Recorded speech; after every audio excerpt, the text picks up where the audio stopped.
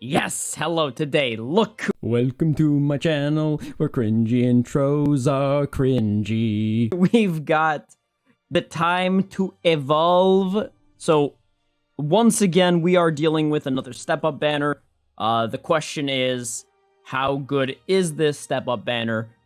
We're gonna find out now. Okay, so first off, let's just go to the featured characters, and let's just get into there. Alright, so let's take a look at this character. This kit has already been revealed on DBZ Space, even before this was actually placed into the game. However, let's actually talk about, overall, how good is he? So, if we take a look at just generally what he does, this is actually kind of scary to me. A blast card that can reduce enemy ki by 30 on hit. That's insane. That is actually insane. I love that. Final Flash is insane. Deals massive impact damage, and then that's not even what's important. What's important is this. Nullifies own unfavorable element factors for 3 timer counts upon activation. On top of that, steals enemies' blast arts on hit, and then they can't be used for 5 timer counts. What is this unit? We have this green card, which just does too much. It's a wall of text that reads, do a ton of things. Basically heal, damage increase, and also reduce damage that you take. And then, of course, you got your mandatory LF finish that has blast armor. And also kills endurance units. This man's insane. I love him. We got the main ability that obviously draws the limit breaking blow ultimates card. Restores his own health by 35%. That's insane. And then also buffs, special move, awakened, and ultimate damage inflicted by allies for 30 timer counts. This guy is a support unit, even though he's ranged. And then he also nullifies enemy special actions that activate when changing cover to self for 10 timer counts.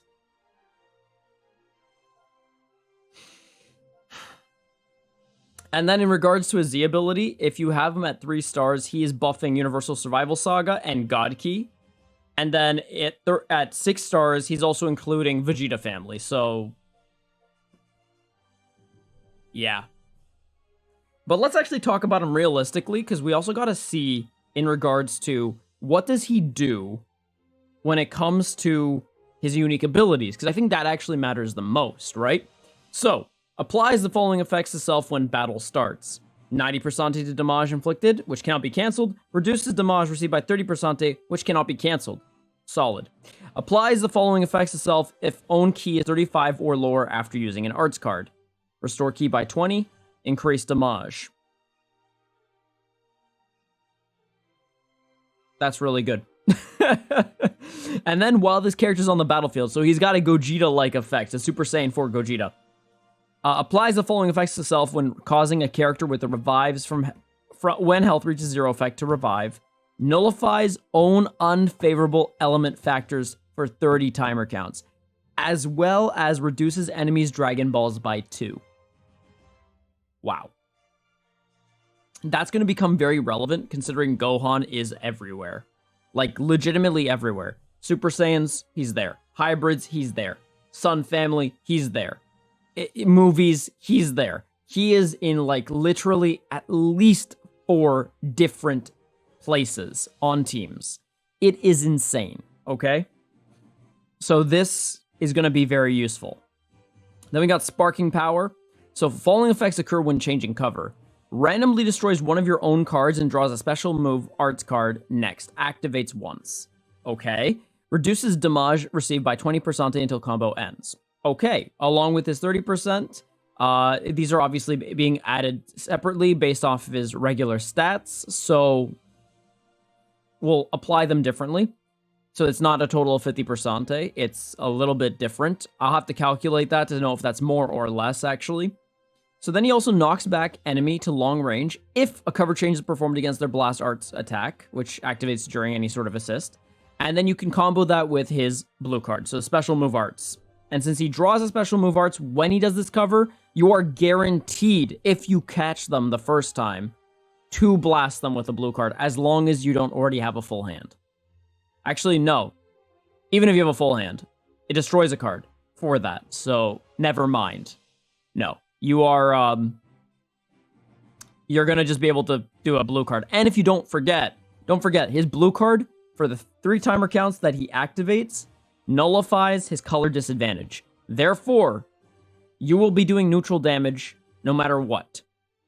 Or even super effective damage if the opponent's unit is a purple. So this guy is just going to be doing a lot of damage if he manages to pull that off.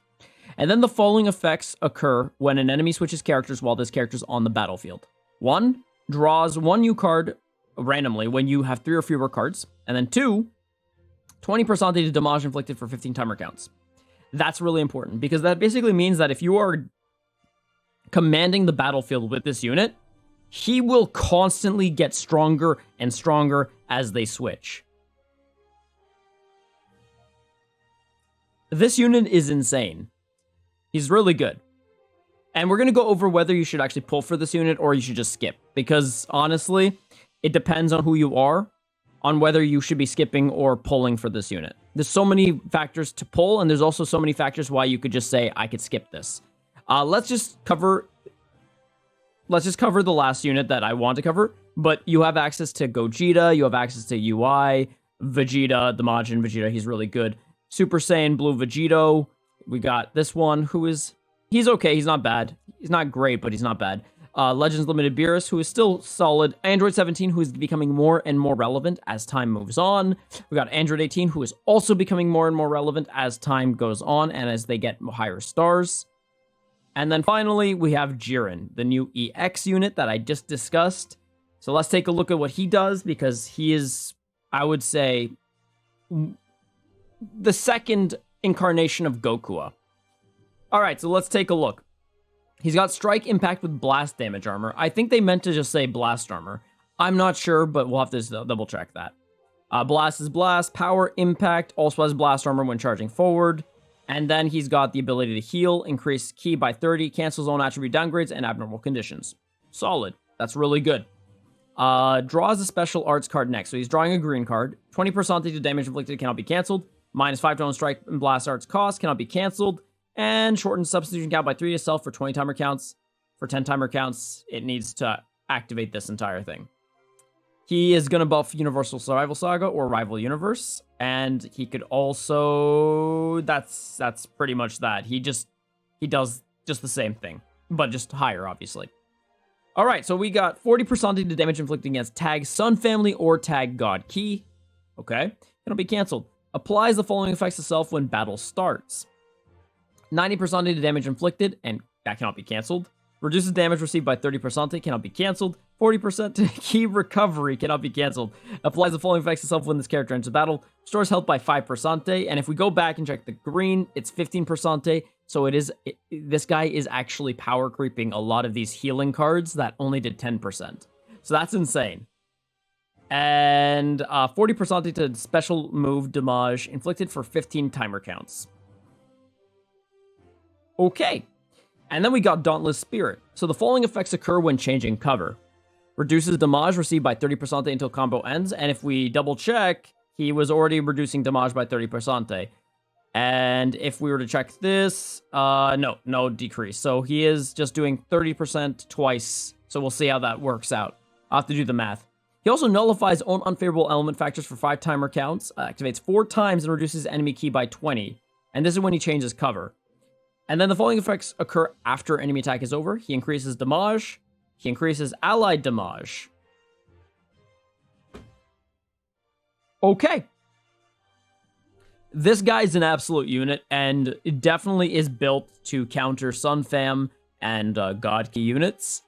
So he is basically what I would call the next Goku in some fashion. Now, will he be as relevant as Goku? I don't personally know, but what I do know is that let's talk about whether this banner is worth it or not for anyone that is interested or on the fence about it. So, if you're a meta grinder and you're a whale, summon. You're gonna summon anyways. If you're a whale, you don't even need an opinion. You know you're gonna summon, so you're gonna do it. If you are not a whale, if you're a free-to-play player and you don't main God Ki, Universal Survival Saga, or Vegeta Family, or anything of that sort, chances are you can skip this banner. It's not because the banner itself is bad, it's because he will come back eventually. Every single unit eventually does anyways. So just because he's out now, because he's new and fresh, does not mean you need him. Now, if you main one of his particular tags, then I would honestly say, yeah, go for it. Especially since if you main Majin, like a Vegeta family, you have access to Majin Vegeta in the exact same banner. I mean, come on. They're pretty much telling you, go for it.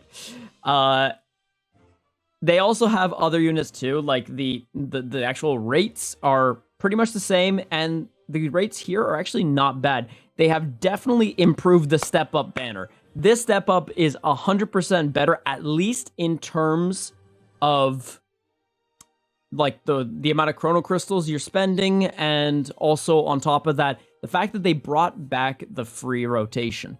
That makes me really happy. I appreciate that, and it definitely makes summoning on step up banners, at least in the future, a little bit more worth it than what we would have initially had, you know, done in the first place. Especially with the last banner, because that didn't do well. Like, they saw. A lot of us skipped, and a lot of us did not care at all for the LOE banner because of how they had done it. So, I can see they're trying to make modifications until they find a right balance for, you know, their whale player base, as well as for their free-to-play player base, which I do appreciate. So, here's a step forward, even if it is only slight. And we'll see what the future has to hold, but for now, not a bad choice by LeJons. Good job. I appreciate that. So if you are a collector, last thing, then as well, this is most likely worth it to you, unless you really want to make sure you get these units, in which case I would probably wait till New Year's. Personally, because if you're a collector only and you don't care about PvP, then you just want to maximize and optimize getting all the units. Which means New Year's banners and like those summer banners tend to be the best times because a lot of units come into there and you can pick up a whole bunch. Although if you're also a collector, you might want to consider maybe spending a little money, just a little. And I say this only because at that point, like New Year's bags, they're actually pretty good in regards to collecting units. But if you want to be strictly free to play, still New Year's banners, just because you do get you get 3 times to summon for like 30 full sparkings and 3 LF units. So that's actually probably a better deal than this. However, with that being said, if you can get the 3K easily and you know how to save, then yeah, you can definitely go into this, just budget. And that's what I would say for anyone that is thinking about this or on the fence. If you want to go 1 full rotation, do it. Just budget how much CC you're going to put into it. And don't focus on going until you get Vegeta. Put a budget in. And then if you don't reach the Vegeta, let bygones be bygones and let him go. Okay?